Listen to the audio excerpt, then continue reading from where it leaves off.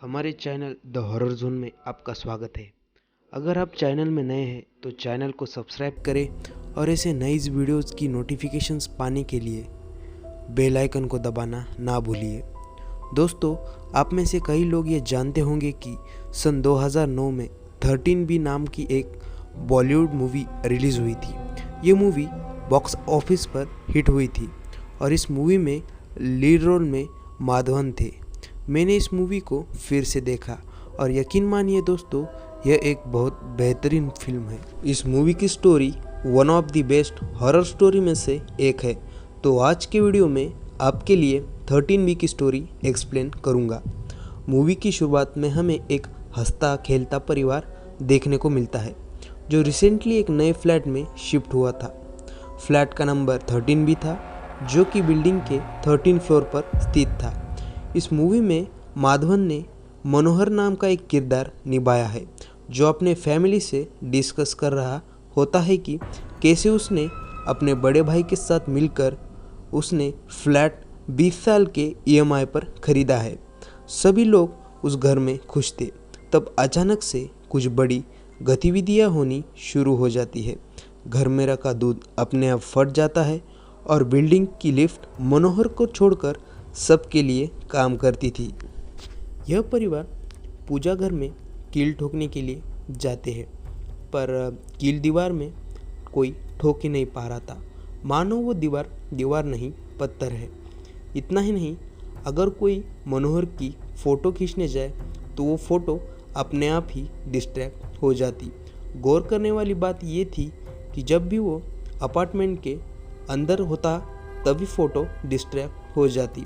अगर बाहर जाकर वो तस्वीर ले तो तस्वीर बिल्कुल ठीक आती थी। इस परिवार की औरतों को सीरियल देखने का बहुत शौक था। वो अपने नए घर में एक सीरियल देखना शुरू करती है जिसका नाम सब खैरियत था। इस सीरियल में हम एक परिवार की कहानी दिखाई जाती है जो हूबहू मनोहर की परिवार की कहानी थी। सीरियल वाले कैरेक्टर भी एक नए घर में शिफ्ट हुए थे और उनका घर भी 20 साल के ईएमआई पर लिया हुआ था। सीरियल में मेन कैरेक्टर के बड़े भाई को प्रमोशन मिलती है और वो बोलता है कि उन्हें पर मंथ 10,000 एक्स्ट्रा मिलेंगे और वो अपने ईएमआई को 16 साल के अंदर भर देंगे। इसके बाद मनोहर के घर पर एग्जैक्टली सेम घटना होती है जहां उसके बड़े भाई मनोज का प्रमोशन हो जाता है और उसकी सैलरी भी एग्जैक्ट सीरियल वाले कैरेक्टर के बड़े भाई के कैरेक्टर की तरह बढ़ गई थी। इन बातों को मनोहर नोटिस करता है, लेकिन वो यह बात घर के दूसरे लोगों को बताता नहीं। इसके बाद सीरियल के मुख्य कैरेक्टर की बहन हर सब्जेक्ट में पास हो जाती है और उसकी ओवरऑल परसेंटेज 69.8 थी। मनोहर के घर में अगेन सेम यही होता है जहां उसकी छोटी बहन 69.8 मार्क लाकर सभी सब्जेक्ट में पास हो जाती है। इन गतिविधियों को देखकर मनोहर बहुत डर जाता है और वो हमेशा नेक्स्ट एपिसोड की इंतज़ार में रहता है। अपने परिवार की नियर फ्यूचर देख सके इसलिए वो ये सीरियल देख रहा था। आगे के एपिसोड में हम देखते हैं कि सीरियल के मुख्य किरदार की पत्नी प्रेग्नेंट हो जाती है और रियल लाइफ में मनोहर की पत्नी प्रिया प्रेग्नेंट हो जाती है। अगले एपिसोड में सीरियल में वो औरत सीढ़ियों पे से फिसल कर गिर जाती है और उसका मिसकैरेज हो जाता है। और रियल लाइफ में मनोहर की पत्नी का किचन में एक छोटा सा एक्सीडेंट होकर मिसकैरेज हो जाता है। इस एक्सीडेंट में प्रिया की जान डॉक्टर शिंदे बचाते हैं क्योंकि वो उस परिवार के काफ़ी क्लोज थे। उन्होंने पास में मनोहर की माँ का इलाज भी किया था। वो इस परिवार के फैमिली डॉक्टर थे। इन घटनाओं के बाद मनोहर डिस्टर्ब हो जाता है। वो अपने एक फ्रेंड शिवा को ये सब बातें बताता है जो पेशे से एक पुलिस इंस्पेक्टर था। शिवा उसके घर तब जाता है जब सब लोग सीरियल देखते हैं। तब अचानक सीरियल वाले घर में भी एक पुलिस इंस्पेक्टर आ जाता है। बिल्कुल सब कुछ वैसा ही होता है जैसे सीरियल में हो रहा होता है। फिर हम देखते हैं कि सीरियल में एक इंस्पेक्टर को कॉल आता है और जिसमें दिखाया जाता है कि उसके घर में गैस लीकेज हो जाता है और उसी घर का गैस सिलेंडर फट पड़ता है।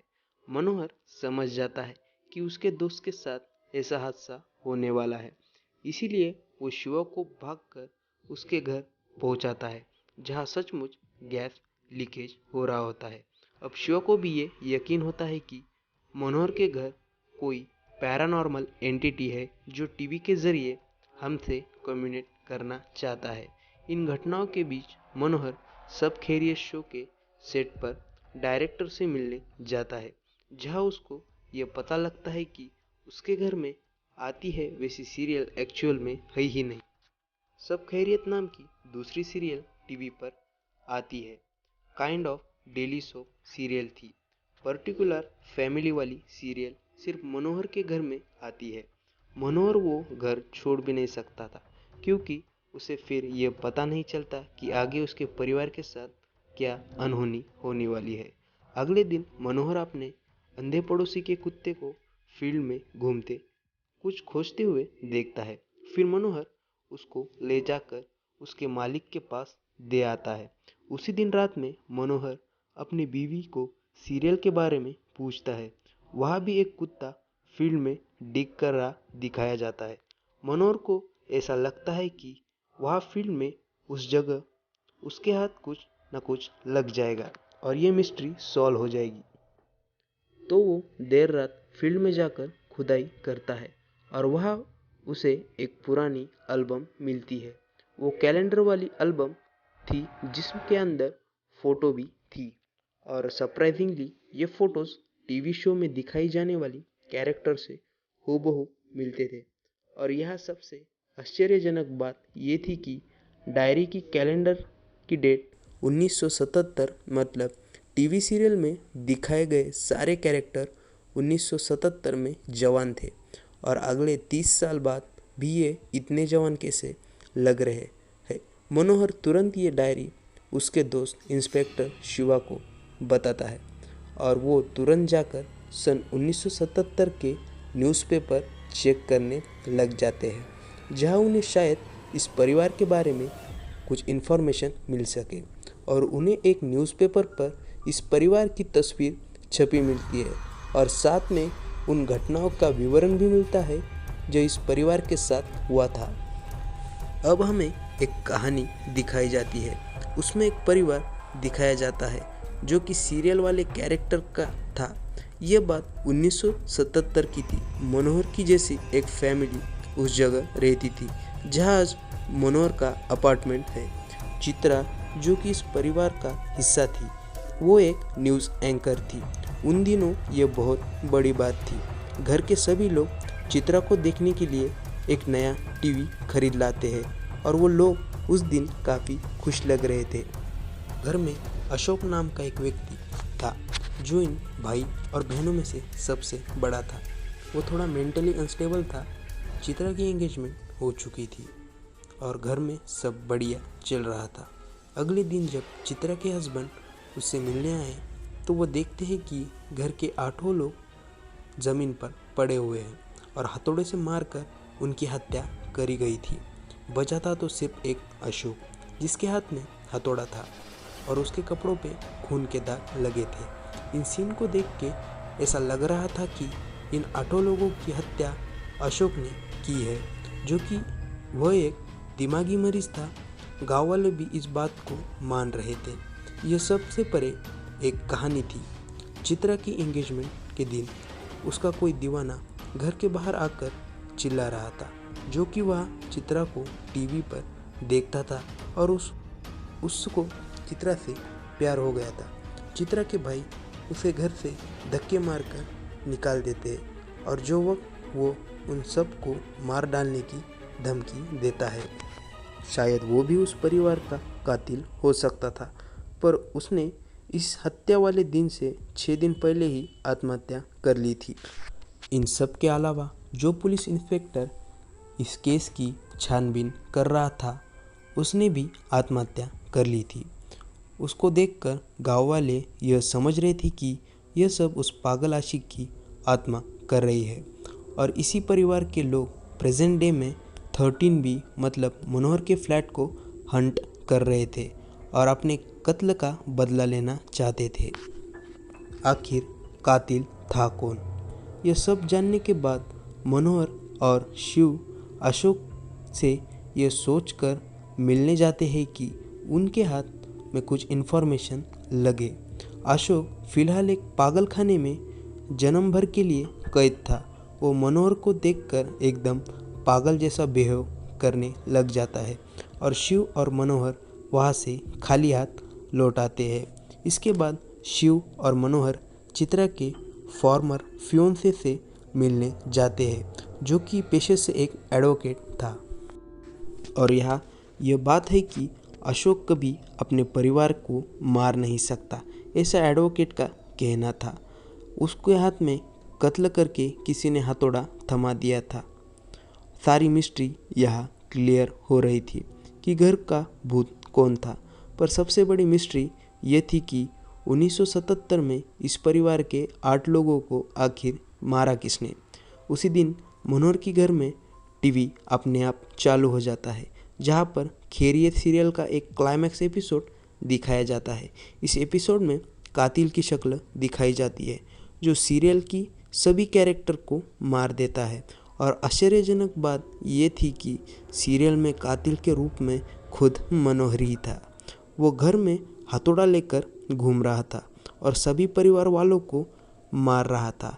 इस सीन को देखकर मनोहर डर जाता है और वो शिव के साथ डॉक्टर शिंदे के घर चला जाता है।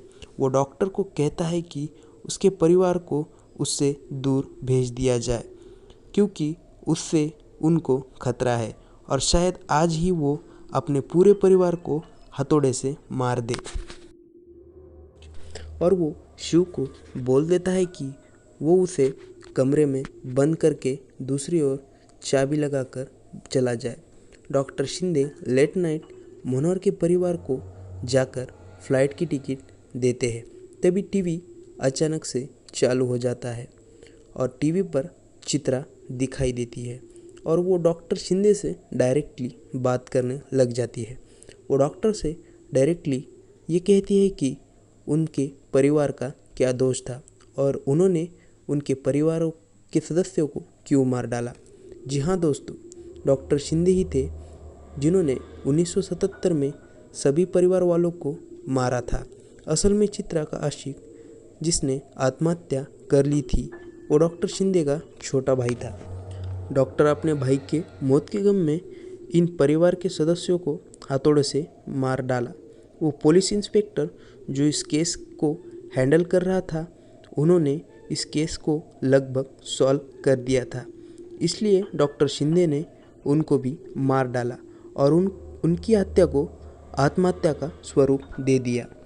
चित्रा की सारी बातें सामने आते ही डॉक्टर शिंदे एकदम से चिल्लाने लग जाते हैं और उन्हें मनोहर की फैमिली एकदम सीरियल वाली फैमिली की तरह दिखाई देती है। तो डॉक्टर शिंदे हथौड़े से इन सभी को मारने की कोशिश करते हैं। दूसरी ओर मनोहर को यह रियलाइज़ होता है कि उसके हाथ में जो हथौड़ा था उससे वो खून हुआ ही नहीं था, वो हथौड़ा अलग था। इसका मतलब वो अपने परिवार को मारने नहीं बल्कि बचाने गया था। यह जानने के बाद वो इंस्पेक्टर शिवा के साथ भागकर अपने घर जाता है। वहाँ वो डॉक्टर शिंदे को अपने परिवार को मारते देखता है। मनोहर डॉक्टर शिंदे पे हथौड़े से वार कर देता है और वहीं पर शिंदे की मौत हो जाती है। इन आत्माओं को अपना बदला मिल जाता है। सब सिचुएशन नॉर्मल हो जाती है। इसके बाद हम देखते हैं कि सब ठीक हो जाता है। इस परिवार ने अशोक को अपने घर लाकर अपने साथ रखा था, क्योंकि वो अपनी बची ज़िंदगी आराम से काट सके। उसके बाद अचानक मनोहर लिफ्ट से नीचे जाता है। तभी फ़ोन पर डॉक्टर शिंदे का फ़ोन आता है, जो कि इस समय इस दुनिया में नहीं थे। जब मनोहर उनका कॉल उठाता है, तब दूसरी ओर डॉक्टर शिंदे बोलते हैं कि आजकल के भूत फ़ोन के थ्रू कम्युनिकेट करते हैं। उनका ऐसे कहते ही लिफ्ट 13 फ्लोर से गिर जाती है, जिसमें मनोहर की मौत हो जाती है। और ये मूवी यहाँ पर ख़त्म हो जाती है।